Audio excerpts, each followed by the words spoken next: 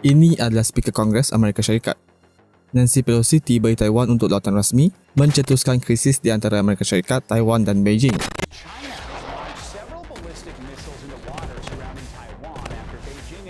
Persoalannya, mengapa lawatan tersebut mencetuskan kemarahan Beijing? Untuk memahami bagaimana situasi politik Taiwan menjadi sangat rumit, kita perlu melihat kembali sejarah dan kepentingan Taiwan kepada China dan juga Amerika Syarikat.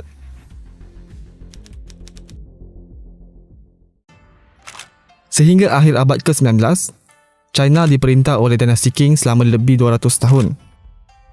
Tetapi, pada tahun 1895, Empire Jepun menyerang Taiwan yang dahulu dikenali sebagai Formosa dan mereka memerintah Taiwan selama lebih 50 tahun. Selepas Perang Dunia Kedua berakhir, Taiwan kembali di bawah kekuasaan kerajaan China yang mana ketika itu diperintah oleh kerajaan yang baru selepas jatuhnya dinasti Qing iaitu Republik China. Tetapi ketika itu, China berdepan dengan perang saudara di antara Parti Nasionalis dan juga Parti Komunis. Parti Komunis yang dipimpin oleh Mao Zedong dengan pantas menguasai tanah besar China memaksa pihak nasionalis yang dipimpin oleh Chiang Kai-shek berundur ke Taiwan.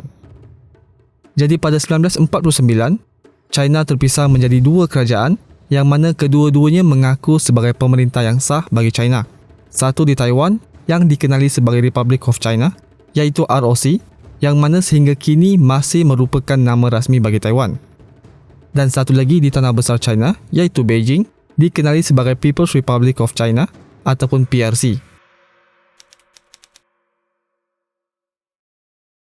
Oleh kerana Amerika Syarikat menganggap komunis sebagai satu ancaman kepada demokrasi, mereka mengiktiraf Taiwan sebagai kerajaan yang sah bagi China dan menjalinkan hubungan diplomatik dengan mereka, memberikan Taiwan pengiktirafan antarabangsa dan kerusi di Persatuan Bangsa-Bangsa Bersatu. Tetapi pada akhir 1970, PBB mengeluarkan resolusi bahawa Republik Rakyat China di Beijing merupakan satu-satunya wakil bagi China, menyebabkan Republik China di Taiwan kehilangan kerusi mereka selepas memegangnya selama 22 tahun. Di bawah pemerintahan Parti Nasionalis China ataupun KMT selama hampir 40 tahun, Taiwan diperintah di bawah undang-undang ketenteraan bagi membendung sebarang gerakan dan menyekat penyebaran pahaman komunis di Taiwan. Kemudian, Taiwan secara beransur-ansur beralih kepada sistem demokrasi dan pada 16 Januari 2016, Parti Demokrasi Progresif memenangi pilihan raya presiden diketuai oleh Tsai Ing-wen yang mana mereka masih memerintah Taiwan sehingga kini. Mereka merupakan parti yang ditubuhkan oleh aktivis yang memperjuangkan demokrasi pada tahun 1970-an dan pendirian utama mereka ialah Taiwan adalah negara yang bebas dan bukan lagi sebahagian daripada tanah besar China. Tetapi Beijing menegaskan bahawa Taiwan bukanlah negara yang merdeka tetapi merupakan sebahagian daripada tanah besar China.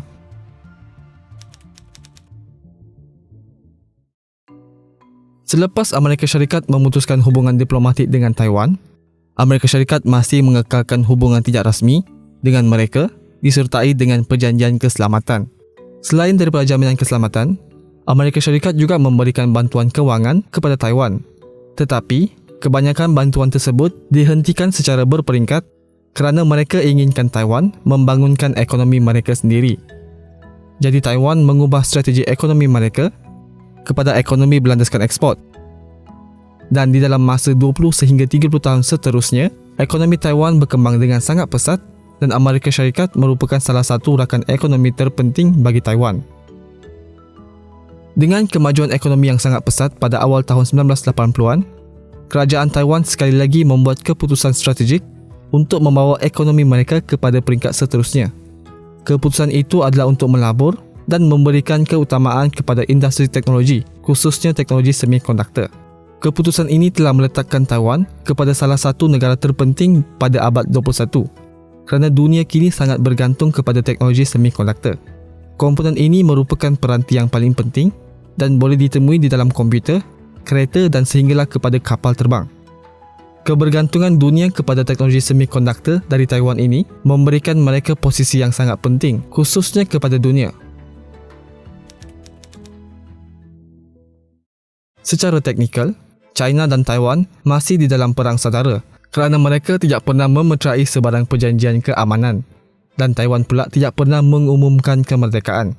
Bagi perspektif Beijing, Kongres mereka meluluskan Akta Anti Pemisahan pada 14 Mac 2005 yang mana artikel 8 menegaskan bahawa sekiranya terdapat usaha untuk memisahkan Taiwan daripada China atau berlakunya kejadian yang menyebabkan pemisahan Taiwan seperti Taiwan mengumumkan kemerdekaan, Beijing perlu menggunakan kuasa ketenteraan sekiranya usaha diplomatik tidak berhasil. Bagi pihak Taiwan, majoriti penduduk mereka berpendapat bahawa Taiwan perlu mengekalkan status quo dahulu. Tetapi, ramai anak muda menegaskan mereka inginkan kemerdekaan. Dan akhir sekali bagi Amerika Syarikat, mereka menggunakan pendekatan yang dikenali sebagai strategic ambiguity yang mana mereka mengiktiraf Beijing sebagai kerajaan yang sah memerintah China dan mereka juga bersetuju bahawa Taiwan adalah sebahagian daripada China dan mereka tidak menyokong kemerdekaan Taiwan.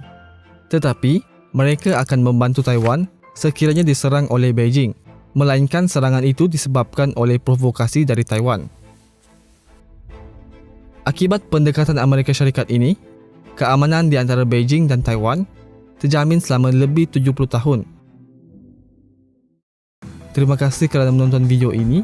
Sila komen pendapat anda di bawah dan semoga berjumpa lagi.